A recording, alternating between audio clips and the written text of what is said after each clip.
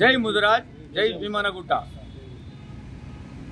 బీసీలలో అధిక సంఖ్యలో ఉన్నటువంటి ముదిరాజులు గత కొన్ని వందల సంవత్సరాల నుంచి నిర్మల్ జిల్లా కేంద్రంలో ఉన్నటువంటి భీమనగుట్ట, మరి ఆ గుట్ట దగ్గర ప్రతి సంవత్సరం 3 సార్లు మరి పూజలు పునస్కారాలు చేస్తూ వేల సంఖ్యలో వచ్చి అక్కడ వారి యొక్క కోరికలు తీర్చుకున్నటువంటి స్థలం.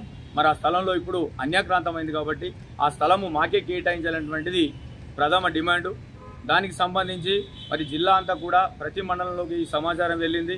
మరి దానికి సంబంధించి మరి నాయకులను కూడా కలిసినాం, వాళ్ళు కూడా సానుకూలంగా ఉన్నారు, అధికారులు కూడా ఉన్నారు. కాబట్టి ఒకవేళ ఇది మా గుట్ట మాకు కాకపోయినట్టయితే, కేటాయించినట్టయితే మరి దీన్ని రిలే చేస్తామా, ఇంకా ఏం చేస్తామా దాని కార్యాచరణ త్వరలో ప్రకటిస్తామని చెప్పి తెలియజేస్తా ఉన్నాం. జై ముదిరాజ్. మాకు ఇయ్యాల లేని పక్షంలో ధర్నాలు, రస్తరోకాలు కార్యాచరణ రూపొందిస్తున్నాం.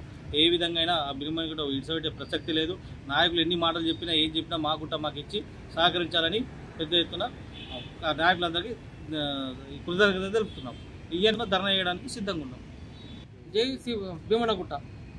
ఏదైతే మా ముదిరాలకు వందల సంవత్సరాల నుంచి ఉన్న మా భీమనగుట్టని కేటాయించలేకపోతే ఈ నిర్మల్ పట్టణంలోని ప్రతి గ్రామం నుంచి జిల్లా మొత్తంగా మేము రిలా దీక్షకు కూడా మేము పిలుపునిస్తాము. కావున మా గుట్టని 68 ఎకరాల 11 గుంటలు ప్రభుత్వం వెంటనే మా గుట్టని మాకు కేటాయించాలని మేము మా ముదిరాజ్ సంఘం నుంచి మేము డిమాండ్ చేస్తున్నాము. జై ముదిరాజ్, జై సేవ్ భీమనగుట్ట.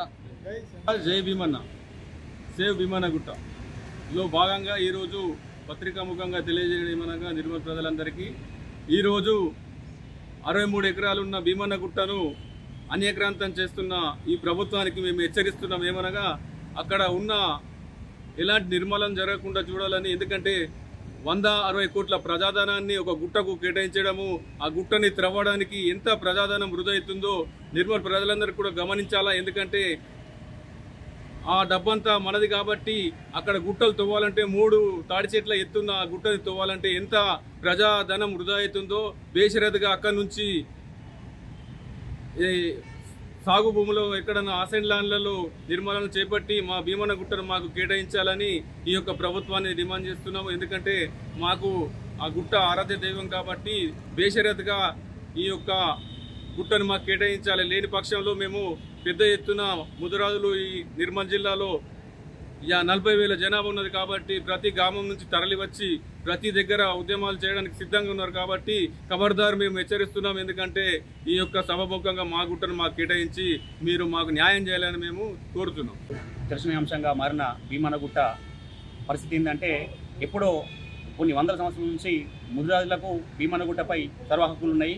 మరియు గత ప్రభుత్వం ప్రలోభాలు పెట్టి అన్ని విధాలుగా మరి మేము అండగా ఉంటామని చెప్పేసి మాట తప్పి కొన్ని ప్రభుత్వ మెడికల్ కాలేజీ కానీ ఇతరత్రకు కానీ కొంత భాగం తీసుకొని మీకు మేము అండగా ఉంటామని హామీలు ఇచ్చిండ్రు. ఆ హామీలను చూసుకొని మా ముదిరాజులు మోసపోయినరు. మరి ఇప్పటికీ కళ్ళు తెరుచుకొని వాళ్ళు 63 ఎకరాలని మరి అట్లనే కాకుండా మరి ఉన్న భూమిని మాకు ఇచ్చి మరి ప్రత్యామ్నాయంగా ఎంతైతే మేము నష్టపోయినామో దాన్ని కూడా మాకు ఎక్కడన్నా కేటాయించి మరి ఉన్నదాన్ని కూడా మొత్తం మాకు కేటాయించి ఎటువంటి నిర్మాణాలు చేపట్టకుండా మరియు మరి ముదిరాజులని ఏ విధంగా మరియు వాళ్ళు ఇబ్బంది పెట్టకుండా మరియు మాకు ముదిరాజులకు సంఘభవనం కానీ మరియు ఇతరత్ర భీమన్న గుడి కానీ పెద్దమ్మదల్లి గుడి కానీ నిధులు కేటాయించి ఆదుకోవాలా.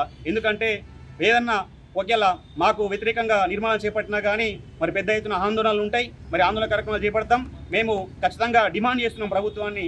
ఎందుకంటే మేము పెద్ద ఎత్తున మొత్తం రాష్ట్ర వ్యాప్తంగా ఉన్న ముదిరాజులు కూడా ఇవాళ ఈ చర్చాంశంగా జరుగుతుంది. కాబట్టి దయచేసి ప్రభుత్వాలు అర్థం చేసుకోవాలా, పాలకులు కూడా దీనికి సహకరించాలని కోరుతున్నాము.